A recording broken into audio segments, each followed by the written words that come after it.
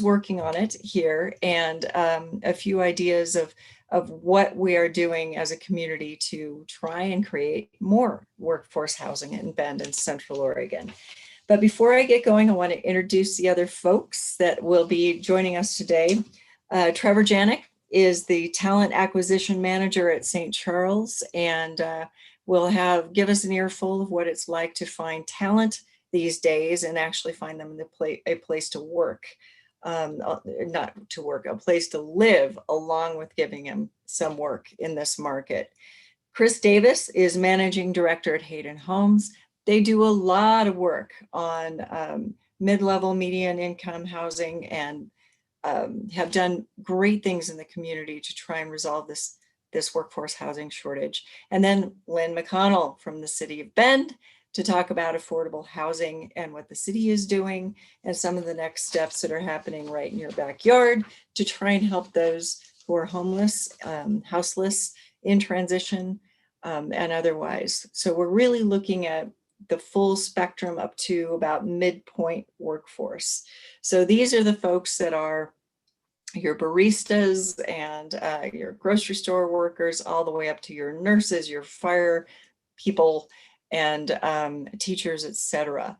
We want to thank our sponsors today, both SunWest Builders and Miller Lumber. They are the folks that are helping us bring this to everybody for free.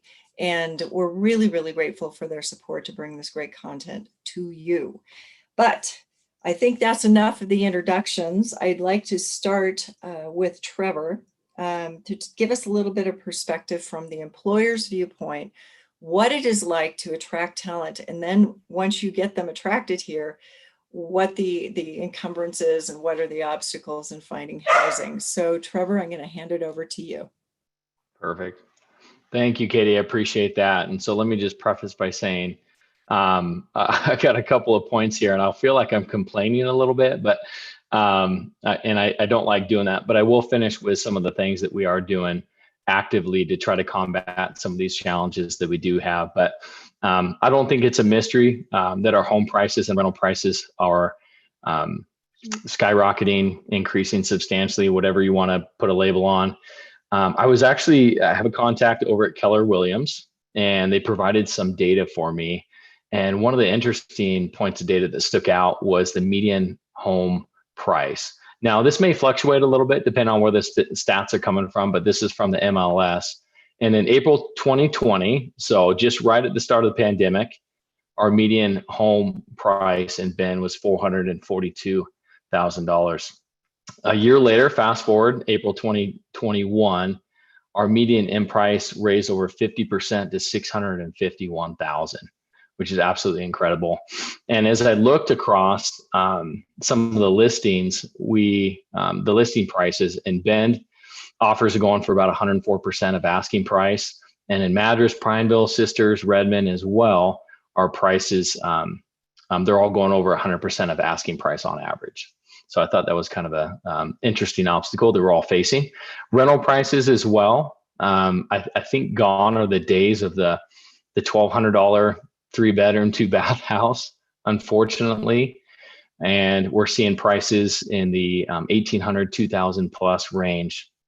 And what is happening there, and I'll talk a little bit about it in a minute, is that we're seeing some of these folks that Katie was alluding to getting priced out of the market, or working class to mid-level class, not being able to afford rents, and certainly having a more difficult time affording house prices.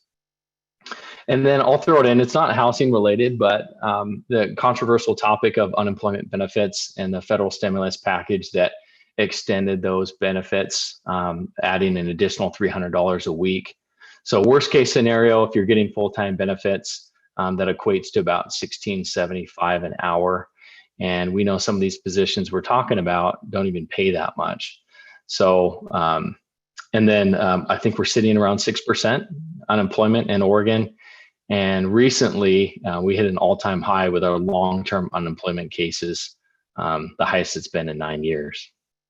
Additional challenges and how this is really impacting St. Charles. As you guys know, we're the largest employer in Central Oregon, and we are definitely feeling it. we've seen an increase in declined offers and in various stages. So some folks have accepted the offer, and then when they go to try to find a rental, they've had a difficult time.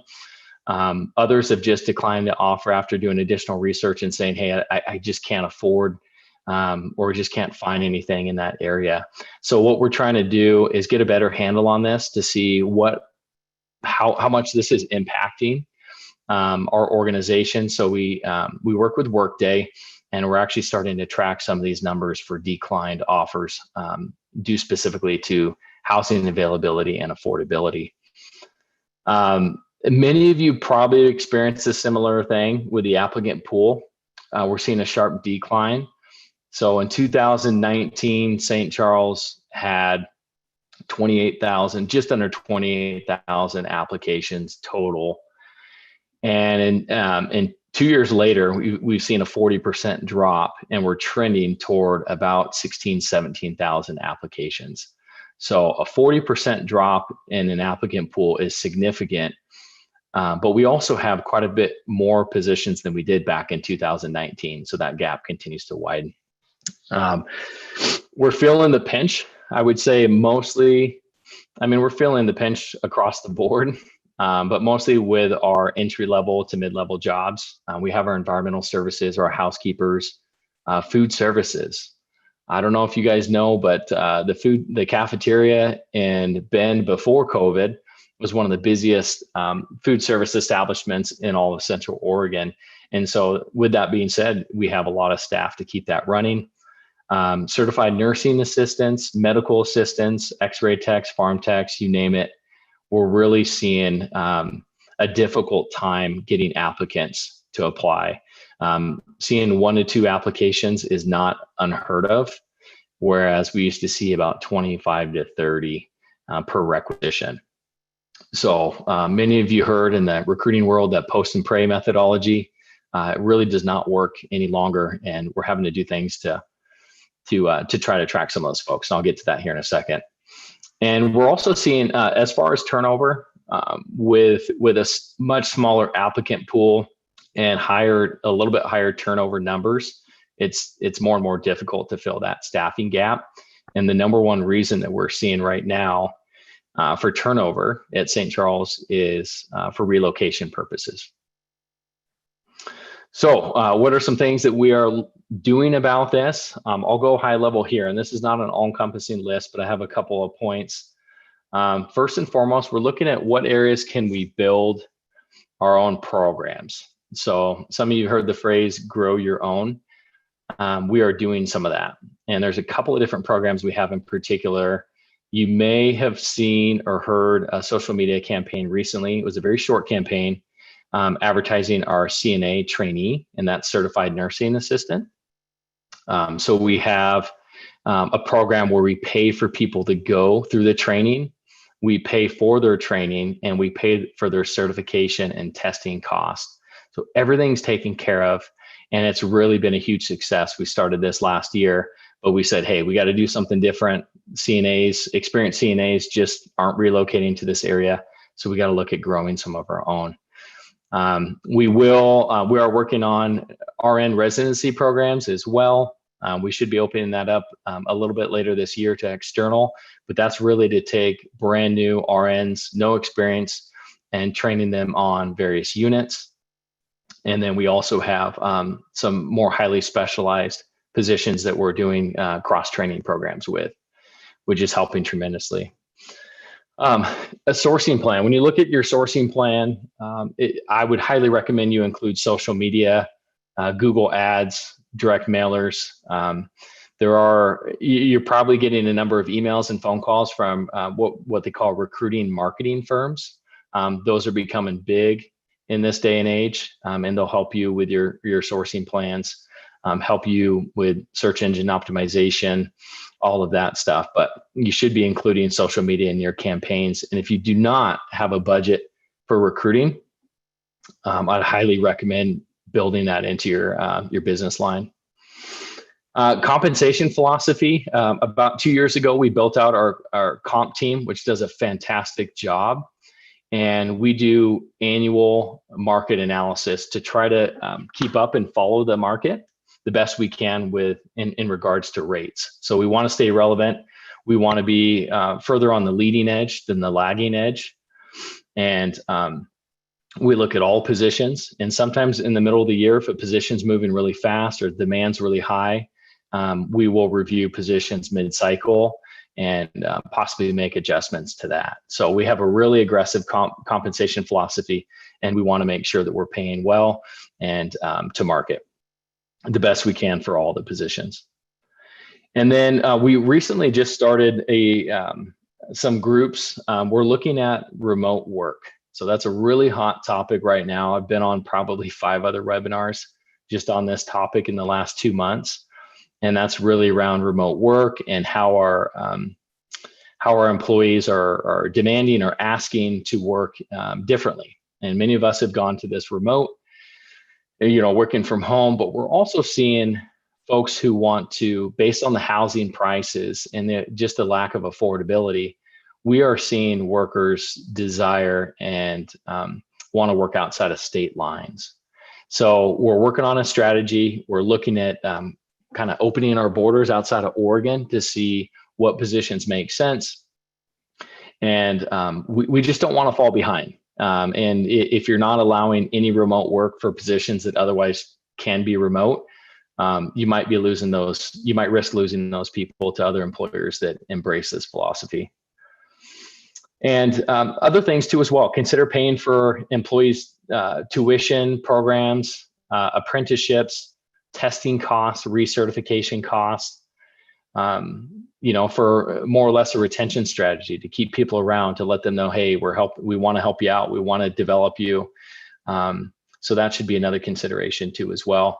And then, as I mentioned before, some of the cross-training strategies for positions where, hey, this is something traditionally we've gone outside. We've always had to find someone with experience, but does every position have to hire someone very experienced in it? So look at current employees, look at what positions you can develop programs to cross-train, and look at that as a possibility, because finding people has become more and more difficult. So with that being said, I think my 10 minutes are just about up.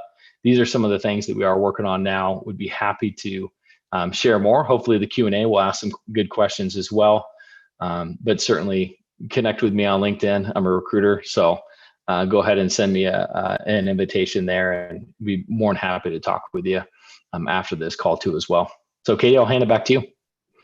Thanks so much, Trevor. That's a great perspective from our largest employer in the region on what the challenges are. And it's hard enough just to find talent, and then with the whole labor shortage going on, and then to run into the bump in the road of not having a place for them to live is certainly something that's not a welcome thing to have to deal with. So thanks for sharing that.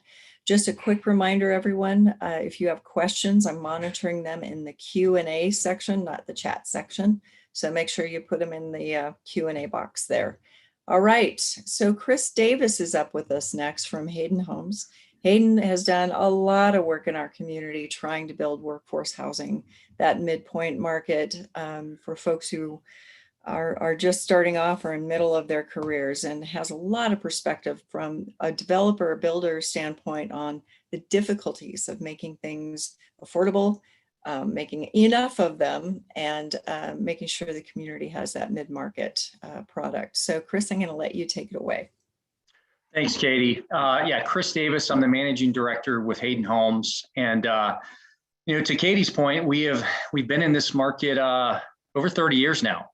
And we've had the pleasure of building over 3,300 homes here in Central Oregon for hardworking Central Oregon families. And we're about to close in on our 20,000th home between Hayden Homes and our sister company, Simplicity Homes in the Pacific Northwest. So these are definitely interesting times we're in. And, a couple things that I wanted to touch on today, was some of the challenges that we're having as a developer home builder in the region, bringing an affordable home to market. And then also maybe talk a little bit about, where we see the industry, the market going in at least the short-term time frame. So like I mentioned, we've been in this particular region since 1989.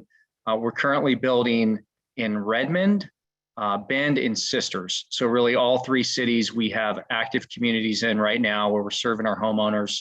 Our business model is unique. You know, we have prided ourselves in being able to deliver a home really targeted at the area median income of each city and each market that we build in. That has really been a difficult task of recent based on home prices and all of the costs and inputs that are driving those home prices up. But we are still doing our best as a business to target, you know, that segment in each market, which are, you know, the hardworking families in each of our cities. Right now, though, it is almost impossible to bring a home to market that meets that median income threshold. And, you know, just to give you an idea, you know, the median income from Redmond through Bend ranges from about $57,000 a year to about $67,000. So not a huge gap between what we see in area median income between Redmond and Bend, and really not a huge sales price differential between the cities as well. And Sisters is kind of right in the middle. As Trevor mentioned, I've got the same metric, Trevor. You know, the most recent Beacon report statistic we have is the median price in Bend is about $651,000. And, you know, Hayden Homes and some of our competitors that are in a similar space to us we're really reasons why that isn't even higher right now. It could be much higher than that if you factored Hayden Homes out of the equation. So the area median income, as I mentioned, in Bend is about $67,000, which equates to a $332,000 new home price, which you can see the gap that we have between affordability and the current median home price here in Central Oregon, about $200,000 between the current pricing, up towards to $300,000.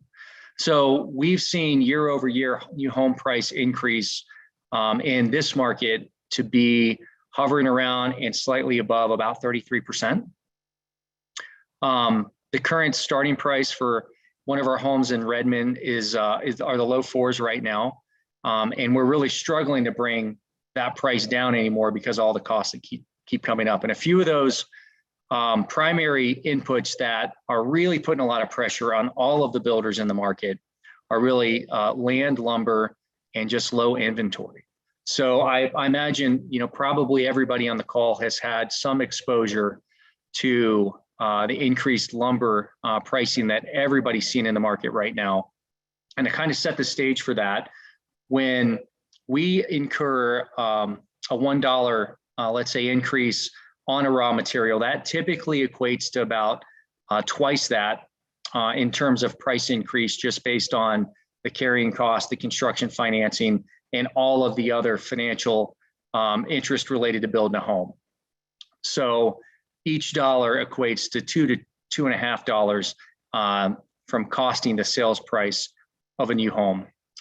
So land would typically, in a more normalized market, be about 20% of the home sales price, which if we were able to bring a home to market at the current affordable rate of $320,000 a year or so, that would equate to the land being about $65,000 in that cost.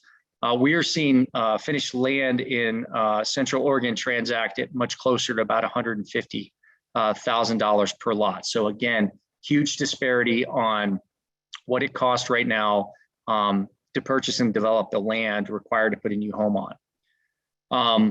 Back to the lumber discussion a little bit. Lumber prices are soaring. Over the past 12 months, we've seen an increase anywhere from 200 to 300% within the lumber market. We're expecting to see even more of an increase in some of the engineered wood products that we use commonly in our homes. So floor joist, oriented strand board, siding, certain engineered wood sidings, those are going up in cost as well, commensurately to dimensional lumber, or even more, because some of the raw materials that go into those engineered wood products are actually on allocation based on plant shortages in the Gulf Coast. So if there's a petroleum-based product or adhesive or any number of different compounds that go into these engineered wood products, we're expecting even more of an increase on those in the coming quarter. Couple factors that we've determined that have contributed to that were when the lumber mills did really shut down production when COVID was first impacting the market. The supply for the homes continued to decrease, the demand for the homes continued to increase, but the mills very slowly kind of got back up to their operating capacity and have not yet been able to catch up and hit any sort of equilibrium within their manufacturing facilities. So we're seeing a number of different products right now go on allocation. And in some of our other markets, it's not just lumber, it's concrete, or it's steel, or it's the newest is flooring adhesive in our market right now. And that's related to some of the shortages and allocation of those raw materials that go into those products from different parts of the country. So what that's equated to our customers from an affordability standpoint, over the last 12 months, we've seen a very approximate increased cost of all of those factors translate to about $50,000 to our customers. So really, when you combine all of these factors, it makes it very challenging to bring an affordable home to market. And the inventory is a totally separate issue.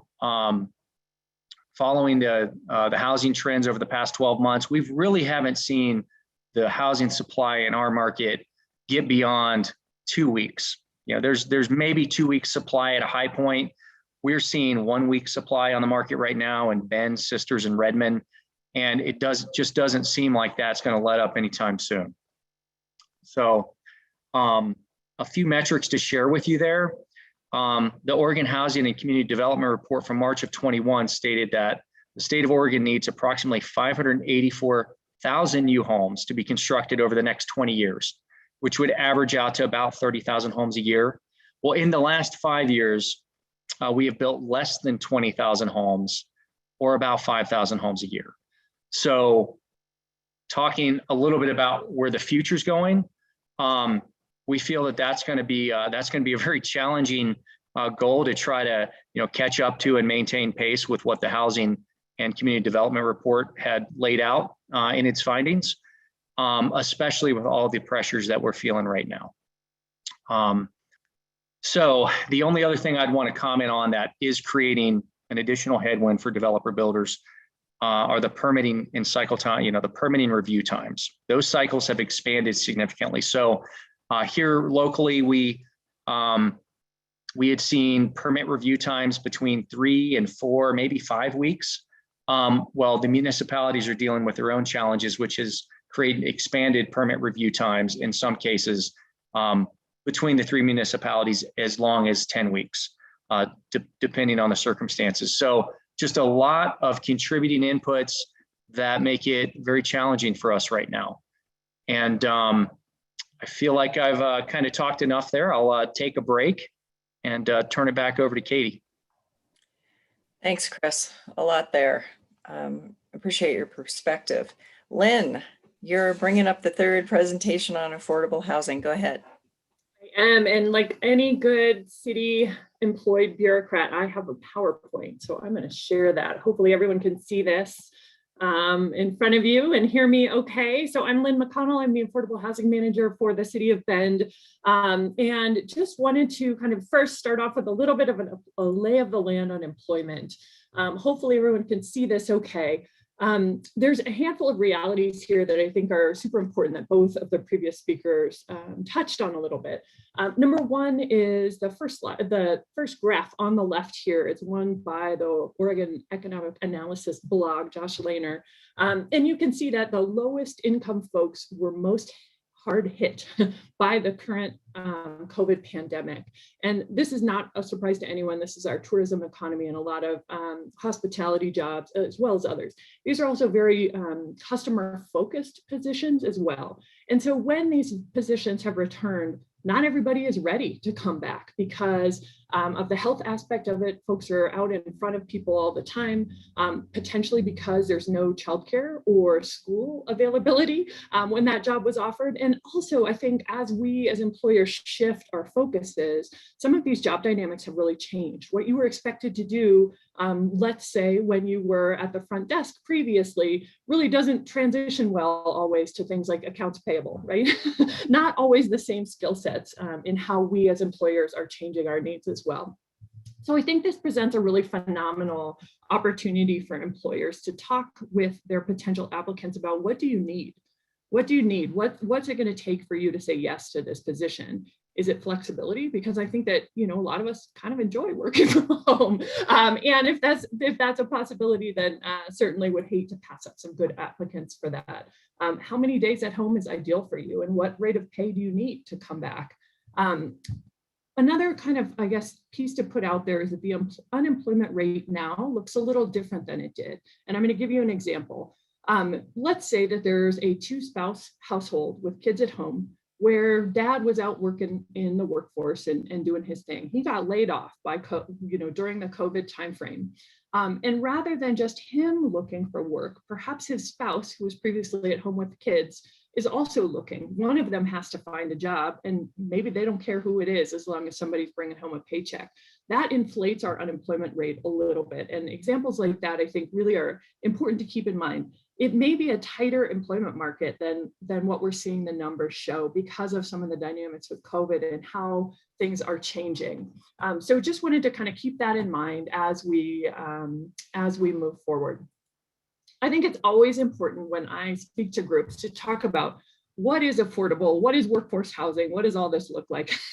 And so what I have is a visual representation or an attempted visual representation of what Chris just talked us through. What can people afford who are making different things? I'm going to give you a little disclaimer in this is the, I think, final weeks that these numbers are good. HUD has sent us new numbers. And so this will be updated and you'll see these bars move up a little bit. So on the left side of this slide is AMI, area median income, and what percentage of AMI is above each of the bars. What that means in actual dollars is right below that. And my assumption with this chart is using a household of 4 people. So somebody who is at 100% of area median income in a household of 4 can make $78,600. That's their income ceiling. Over on the right side is what that same household can afford both in rent and in home price. And again, my assumptions are a little crazy. I initially prepared this slide pre-COVID. Interest rates are in a very different place than what my assumption showed on this one. For instance, the interest rate that I show here is 5.143, which is, that's ancient history, right? So know that there are assumptions that go into this, but it does show, that with both workforce and affordable housing, a lot more folks may qualify for this affordable housing than what people realize. So in order to qualify for true publicly supported affordable housing for sale, a household of 4 can make up to $61,200. That's that 80% AMI bar on the left. And you can see how many folks fall within that category. Again, household of 4. What that means in actual income is $29 per hour for one earner supporting a household of 4. For a household of 1, that means that person could make up to $20 per hour and still qualify for affordable housing. So just thought that this might be important to sort of ground what is workforce housing, what is affordable housing. Our biggest secret is that the vast majority of people who reside in affordable housing in Bend today are in fact working. And the same is true, unfortunately, for the Bethlehem Inn. About 75% of residents in the Bethlehem Inn are actually working right now. And so just keep that in mind as we talk through this. So how did we get here? There are a lot of different reasons, but I really appreciate both of these perspectives because I think they come from 2 different sides of the story.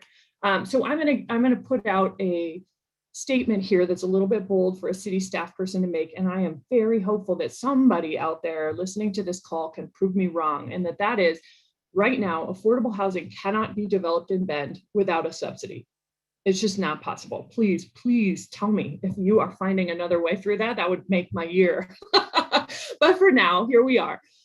These two graphs, I think, really represent. So on the left side is the CDBG funding and what's happened since the program was first started in 1975 up until kind of the early 2000s, or sorry, 2010s. This is indicative. This is one of the funds that City of Bend receives. And as this number has been allocated at lower and lower amounts by Congress each year, there's been more and more cities who have been qualified. And so the true amount that's getting passed through to cities to do things like housing construction and development is continuing to reduce. This is only one fund out of many, but really represents a lot of what's been happening in the federal side of funding some of this work.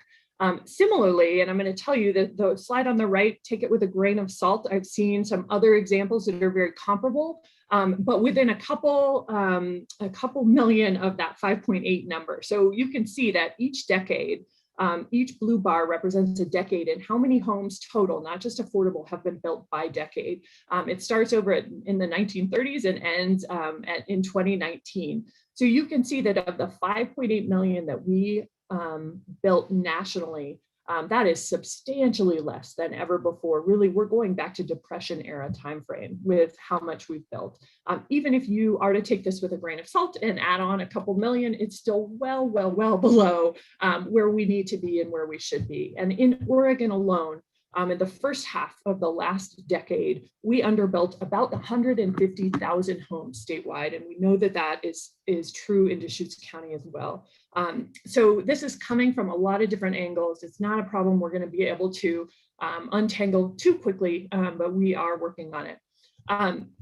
Bend, as many people do not know, cannot limit growth. We have not found a way to do that, even if we so chose. We must grant permits if people meet all of the requirements to qualify for that permit. So growth and controlling that is really not part of the picture for us. What that means is that we need to meet that growth with the supply and ensure that we're providing enough housing, we collectively as a community, so that folks aren't getting pushed out by those that make higher wages. And you're seeing that in restaurant closings and adjustments really across the board right now in Bend. Staffing is a massive issue. And with the escalating prices, people cannot afford to stay here. So keep this in mind. We need to build more, like it or not. Unfortunately, that's where we are. And what I would ask is for this community to continue to make space for that to happen, whether it's an ADU in your backyard, whether it's saying yes when somebody is proposing a development in your area or in another area of the city. That is what we need to do to ensure that our workforce is being taken care of and that they have a place to stay here. So hoping to get a little closer with what the heck is the city doing about this? And we are doing a lot. I have a lot of acronyms here. I'm going to talk you through them very quickly. The first opportunity that's coming up just around the corner is House Bill 2001. This is what's called the Missing Middle Housing Types Bill, and really promotes things like duplexes, fourplexes, townhomes, all of the housing types that we used to see mixed into neighborhoods that have since gone away through different types of zoning restrictions. So the home that is pictured here is actually in the historic district in Bend. If you are the owner of it, thank you for building such a beautiful little duplex here. Fits in really well, looks for the most part like a normal house from the outside, but in fact, there's two different households who live in that home. And what that does is really reduce one of those top drivers that Chris was talking about, land price. Now that land price, instead of being held by just one household, is split to 2 or 3 or 4 households, which really helps take a step in driving that price down. We've done a ton of work on our core area. That's the area kind of surrounding 3rd Street in the middle of Bend. We expect that to start moving forward and really trying to incentivize housing and all sorts of employment uses in that area a little more effectively than we have before.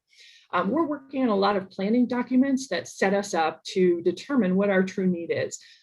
Many of you know that we all returned our census forms really before Bend was named a Zoom town. That means everybody who can be on Zoom to do their job wants to move to somewhere that's a little bit less of a commute, a little more friendly, maybe a great place to raise kids. That's what Bend is. And so we saw a huge influx of folks after or during being named a Zoom town. And the data won't catch up with that. for a little while because most of us had returned our census forms before this really started kicking off. So keep that in mind, but the city is doing our planning work. What do we need for employment land and employment construction over the next 20 years? What do we need for housing construction? And with that, the state has created a new requirement called housing production strategy. And cities of a certain size, including Bend, are required to come up with a strategy to ensure that we don't continue to underbuild as we have for the last number of years. Yesterday was a council subcommittee meeting about ARPA, the American Rescue Plan Act, the new stimulus from Congress, and talking about how we can utilize those funds to benefit housing and homelessness across the board. So please pay attention to those discussions and contribute as you see fit.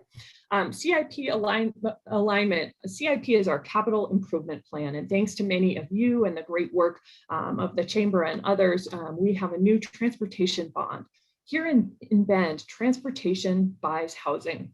We cannot get housing constructed if we cannot build roads to them. And as you know, infrastructure is very expensive. So what we have done, both with the urban growth boundary expansion that was approved in 2016 and what we are beginning the process of for the transportation bond, is determining which projects within that bond, which projects on our capital improvement list have the possibility of leading to the most residential construction. And those are the projects that we are prioritizing to the best of our ability to get done quickly. We are very aware of the crisis that this city is facing right now and trying to ensure that everything that we have within our control is moving the residential construction forward so that we can try to alleviate it a little bit at a time. We have several legislative pilots. I won't go into too much detail on these. One of those, 3450, allows us to build, or allows you, community, to build residential in certain commercial zones. So know that that's out there and has opened up additional land for construction of needed housing. And then House Bill 4079 is a great pilot that we are working on with Hayden Homes to bring in an expansion area, a new expansion area legislatively to create all sorts of middle income and affordable housing. Really excited and invite the community to pay attention to that work as it continues. Finally, employer housing, and this is really important for this group in particular. You all as employers, or those who have close connections to employers, may have a job to do in this, and it is a long game without a doubt. This is not an easy thing to engage in and to get ready, but the city is very interested in employer supported housing, whatever that looks like, and is beginning to put the pieces into place to create additional programs to support you employers who are out there trying to do this work. If you have a little bit of extra space somewhere near your business, perhaps that's a good fit for some of your employees to live there. So again, that's a little bit of a teaser, but did want to let you know what's coming. Please engage with us as we continue through. I'm more than happy as our other city staff to provide more information on anything that I've talked about. But a couple hopeful things before I hand it back over. The first is a wonderful mixed income community that's about to have a ribbon cutting. This is Core Community Land Trust. These homes are aimed for that 80%. 4 of them, 80% AMI and under. Another one is that middle income range, 81% to 120% of area median income. These are for sale products, and by retaining ownership of the land, Core has reduced the price of those homes built upon that land because that land price is no longer part of the home purchase price. So really innovative models that we're seeing pop up really around town. This is one of many, and are pleased to see efforts going on to cover the spectrum of employers or employees' needs in staying here in Bend. With that, I'm available for questions, and let's stop sharing my screen. Thank you. Great. Thanks to all of you. Thanks, Lynn, for that overview. We're going to launch into a lot of questions that are in the queue that I want to screen here for you and try and aggregate as best I can. So there are a lot of questions on the issue of, just to put it plainly, I guess, are wages in alignment with cost of living? And so I would probably go toward Trevor just for insights, and this isn't specific to St. Charles, but anybody else who wants to weigh in on this disparity between the ability to rent or live purchase and your living wage, especially for that 100% below AMI, do you see this changing in Bend and Central Oregon anytime soon? Yeah, so I'll go back to what I talked about with comp philosophy. So I think we all have a choice as an employer to either lead or lag. So what I mentioned was what our comp team does at St. Charles is every year they deep dive into every single one of our positions to determine, are we at market or are we not? And if you're not doing that on a pretty regular basis, I can guarantee you're probably behind at this point. Now, with that being said, there's the question of, does it really match the market? I am not sure if any of us can keep up with what the market has done in a year. So if the median home price went up 50% in the last year, which it has, does that mean we're going to raise, 50% of your salary? No, it doesn't mean that. It doesn't directly equate. But it comes back to the philosophy. How aggressive do you want to be, and do you want to keep up with the market? And if you don't, that's a choice you have to make, and you're going to fall behind pretty quickly. But I'm not sure if anyone can really keep up right now, how fast it's going. But we're doing our best here at St. Charles. I can answer that confidently. Thanks for that. So a couple of questions around, and Lynn, this is kind of in your world. A person is asking, would you support a small fee? And a couple of folks are looking at how can we raise funds to make housing more affordable? Obviously, the City of Bend already does that, but is there a new source that is modest that could be spread across, say, to a home seller or buyer? There's even been questions about folks who own second homes here. Would there be a separate fee to help with the houseless issue? What are your thoughts on this? And you others can weigh in, especially you, Chris, as a builder. You are a contributor to affordable housing. So why don't you weigh in first, Lynn, and if you don't mind, Chris, if you have some ideas to share as well. Yeah, I feel like we could maybe do an entire new panel on that question. So I'll do my best to tackle it quickly. So yeah, the city just recently created a new fund. The council called a special meeting at the very tail end of 2020 to create a new fund. It's called a construction excise tax. That one is directed to help some of the very lowest income ranges. Interestingly, here in Bend, that includes, and we're talking 30% AMI. I'm sorry, this is kind of how my brain works, is to go right to the AMI levels. We're talking about minimum wage employees supporting a household, and then those making less than that. So that fund, we hope, will continue to bring in some revenue and allow us to dedicate even more.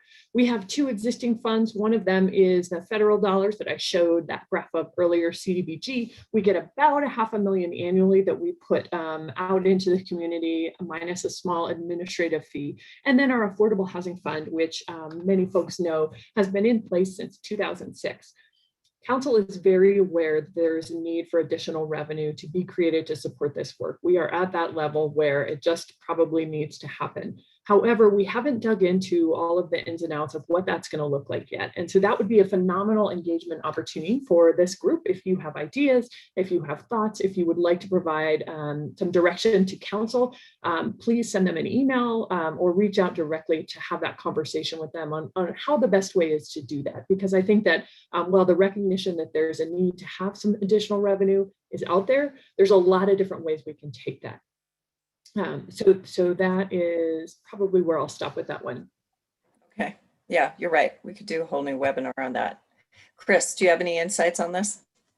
Yeah, I mean, as much as I think that the concept, initially sounds really good, I think our concern is, as a builder developer who has just such a keen eye on any additional fees, is those typically just they create an additional cost that ultimately gets passed along to the home buyer. Lynn can probably speak in more depth, but the system development charges that we're accustomed to in Bend they're in excess of $30,000 just to get a permit. So I would just caution any additional fees or charges on top of that, because it's only going to increase the ultimate sales price of the home. So I would just encourage, if those funds are already out there, if we already have resources we can work with that could be applied or redirected, that would be, I think, really ultimately would be best for affordability.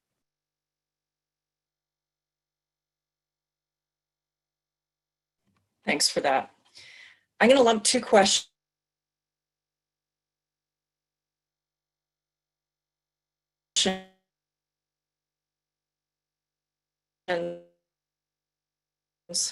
As a 1-2 punch. So there's a old enough apartments and multifamily structures.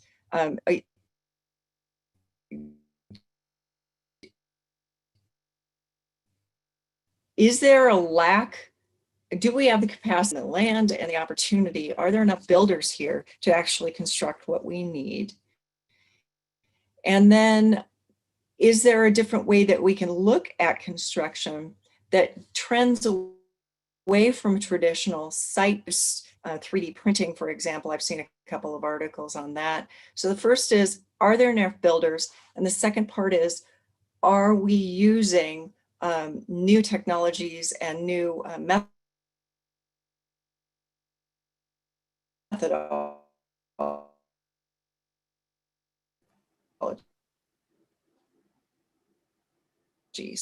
that might help us to.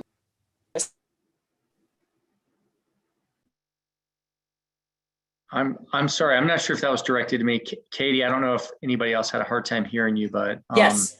Yeah, we had a hard time, Chris. Okay, but was the question to me? You're on mute.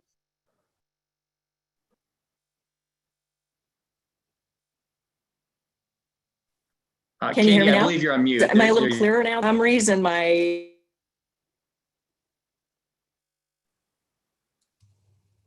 Chris, why don't you take that one, Chris? Okay, I'm going to try. I caught the new technologies part of that, and maybe the product. So let me try, and then Katie or anybody else that heard that question can chime in. But so to Lynn's point, we do believe that the new House Bill 2001 is going to create some innovation in terms of the type of product we can build and the density we can build. We have at Hayden Homes, we've had a fairly basic formula for the kind of products we build that we feel we can bring to market at an affordable cost. House Bill 2001 is going to, I think, help spur some innovation in terms of attached product, whether that's duplex, triplex, quads. The idea is to develop product that would increase density, which would conceptually help bring home prices down. So we're kind of beginning our first stages of really assessing this new bill and thinking through the kind of product that we could innovate and bring to market that would create more supply at a more affordable cost. The second part of the question, I believe, was what sort of innovative building practices are out there? There are Central Oregon has a more limited capacity to bring new building systems to market than some of the larger metropolitan areas.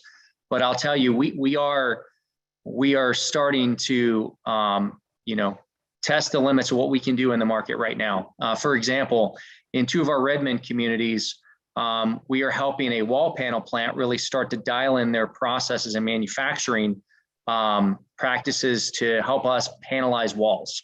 It seems very simple, but that capability is limited here in Central Oregon.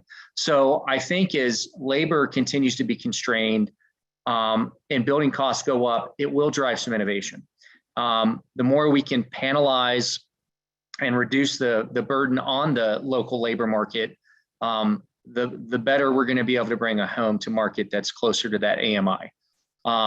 So although I can't share a list of innovation that we're working on right now, I'm encouraged by some of the work we're starting to do with regard to product with HB 2001, and then also with us kind of testing the capacity and the capabilities of some of our suppliers and trade partners in the region with ideas like panelized walls. So we're kind of on the cusp of that, and we want to continue, pulling on that thread and finding ways to innovate and bring the home cost down. Thanks for that, Chris. So my internet connection is unstable. I hope you guys can hear me. So other types of construction have been mentioned in the chat are modular homes. Also, I've read a couple of articles on 3D printing, concrete. So there's new technology coming into play. But even with all that technology, Chris, are there enough builders to build what we need in Bend? I think probably the bigger obstacle right now in Bend is the land. It does. We as a builder have more capacity in Bend. The subcontracting market is going to be very tested if we were to kind of push the volumes that we have right now as a building community. I feel like we've got some really good builders here in Bend, but we're all constrained by land, and we're also feeling a larger and larger pinch on our labor supply that actually builds the home. So our trade partners, our suppliers, and that kind of ties back. It's like this feedback loop. How do we attract new labor to come and build our homes if they don't have a place to live? So it's all a jigsaw that we're trying to put together. But I guess to answer your question directly, Katie, I feel like we've got some really great builders in this town that could sustain increased demand. But what's going to get in the way of that in the short term is land availability and subcontractor labor. Okay. One more question I want to ask Lynn, I think, and Trevor, you may want to weigh in on this as an employer. Some questions around whether or not what we can do to keep existing rental stock at a reasonable price. So you could think about subsidy, or you could think about just putting a ceiling on growth of rent. What are your thoughts on that? What have you seen around the country as to the efficacy of doing something like that? Yeah, that's the other $1 million question, right? How do we build more and how do we hang tight? So a couple thoughts. First is, I believe it was last year, the state legislature passed a rent control bill. So that has been done. Cities are no longer allowed to act, even if we so chose. And that caps it, I believe, at 8% plus cost of living increase, something along those lines. So that's out there and has begun. I'd say that there's very mixed sentiments about whether that is effective or a good idea in the first place. So I'm not even going to touch on that. The second thing is we are absolutely looking at some innovative possibilities for helping to offset some potential increases in costs. For instance, a number of different towns, what they have done is actually, instead of purchasing or developing new housing, they have offered a certain subsidy to existing owners, perhaps in exchange for something like replacing a roof. And in order to, in exchange for that subsidy, there is sort of a lockdown created on that housing to keep it at a certain range within the rental market for a certain term. And so because we cannot build fast enough, that is really, I think, part of the type of thing that we're looking at. I'm not sure if that's going to be the program that council grasps or if there will be others, but really, how can we come at this from a different angle to try to play off the benefits that already exist in this community, perhaps fill some of the needs that those property owners have in exchange for a little bit of a trade-off on how much they're able to charge for rent. So please stay tuned, I guess, for more. We're digging into this pretty deeply with council right now and expect to have a number of different presentations exactly on this topic in the next several months. So from an employer standpoint, Trevor, when you think about workforce housing and corporate housing, I guess, do you see any other markets around the country where they're basically doing that where that you secure a certain amount of housing stock and then you keep the price stable? So let me preface that I don't have a lot of experience on this topic, but I will say Mid-Columbia Medical Center is one of our one of the health systems in Oregon. They're located in Hood River, the Dalles, that area.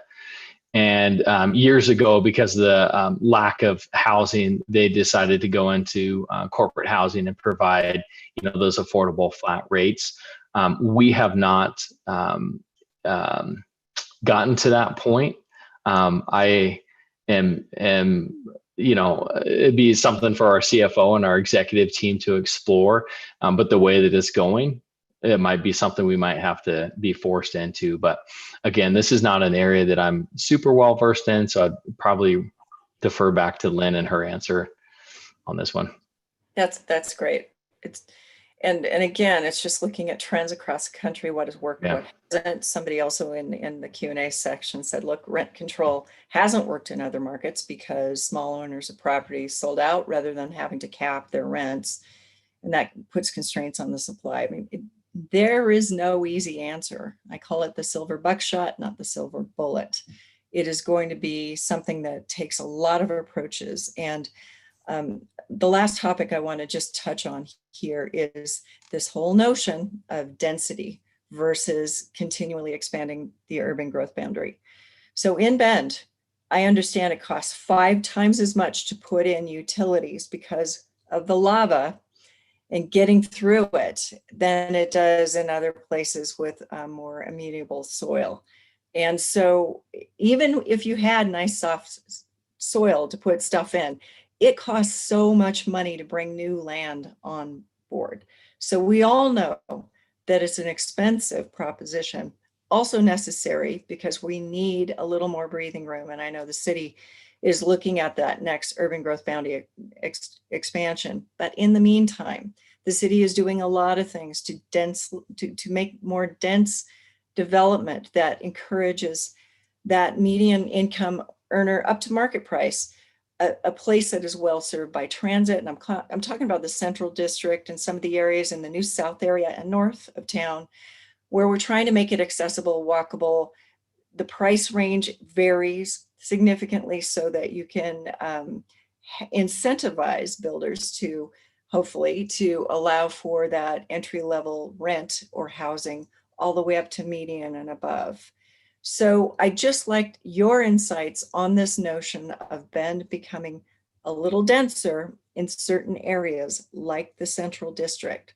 That is so essential in providing thousands of places for people to live, but in a different way than we've usually experienced here in Bend.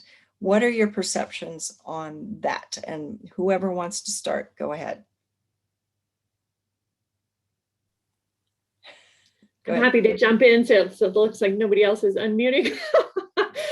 So a couple different things to think about here. The first is that we had our last urban growth boundary approved in 2016.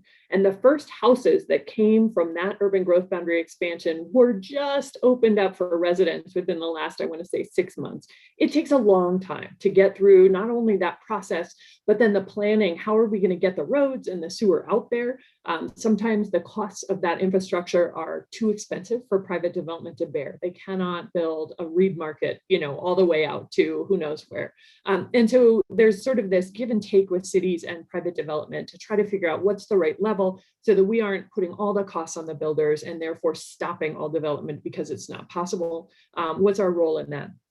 So that's something to keep in mind. Additionally, the state puts a ton of pressure on cities to densify. We won't be approved to expand our boundaries unless we are doing work to densify. And that was a huge part of why the core area work was done, is that was a site along with others that was identified in the 2016 urban growth boundary planning effort as an area that really could use some redevelopment. And perhaps that's the area that makes sense. So we convened a committee and a lot of staff time to do that work. We allowed for a lot more simplicity, I'll say, in our code in making that development happen. And with any sort of real estate transactions that are larger scale, commercial level transactions, and that can even be, when I say that, it includes things like multifamily. those are long game projects. You have to acquire the right amount of land to get that built. You have to figure out if you have all the financing in place. You have to make sure that you have enough subcontractors to actually do the build work, and on and on. So it takes a long time, and there's lead, but we feel confident that there are things happening both in the central area and in other parts of town that will start becoming public as folks are compiling land and making those financial transactions happen. All that happens under the radar before it becomes a public event. And the first time that we see it, oftentimes, which is when it becomes public record, is when folks come to us for a pre-application. That means that they have some rough plans outlined and want to make sure that it works with the city's rules. So lots of pressure on doing some more density internal. We are well aware that that is a really challenging topic for a lot of the community. We moved here, most of us, because we love Bend and we love Bend how it is. And so seeing it continue to grow can be really challenging, but that is what we are being directed to do by the state. I do want to say that for certain types of development, and true affordable housing is one of these things, we do not have the appropriately sized and zoned parcels inside the urban growth boundary right now to do large scale developments that are really going to help us kind of move that needle forward. And so I think that a healthy mix may be where we're heading, but again, would encourage this group to weigh in when those discussions come in front of Bend City Council and the various committees, what makes sense in how we grow. That's something that the community can continue to help us determine. Great, thanks, Lynn. So we are out of time. And boy, I wish we had more, because there's so much more to talk about. There's so many things happening out in the market with equity sharing financing and some other methodologies of getting more people into their first homes that I'd love to have more time to talk about, but our time is out. And I do want to thank everybody, and thank you for bringing your perspective and your stories to this discussion. Obviously, it's going to continue for a very long time, and hopefully we'll all be working together on resolving this issue for our community. Thanks again to SunWest Builders, Miller Lumber, and to all of you for joining us. We do record these. We'll make the PowerPoints and the recording available to all of you. Just give us a little time to get it up on our YouTube channel. And thank you again for joining us today.